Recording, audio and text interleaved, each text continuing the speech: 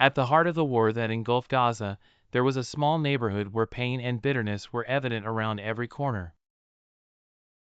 Between narrow alleys and ruined streets, people's lives were going through a spiral of extreme suffering. In this neighborhood, Abu Ahmed's family lived, who were particularly short of water, food, and medicine. Ahmed, the head of the family, fought every day to secure a little water, which became so scarce due to shelling that destroyed water networks.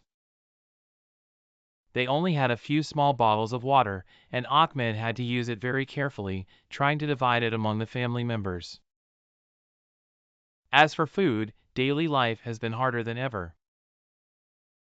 People in the neighborhood received small amounts of food and often had to wait for long hours in queues for a little bread and rice.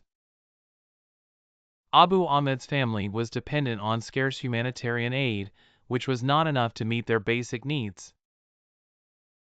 The children in the family were constantly hungry, and Ahmed and his family felt helpless in the face of this tragic situation.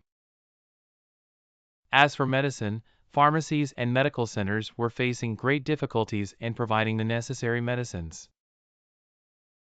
Ahmed had to travel long distances in search of medicines to treat his young son's chronic illnesses, but the journeys were risky, often returning empty-handed.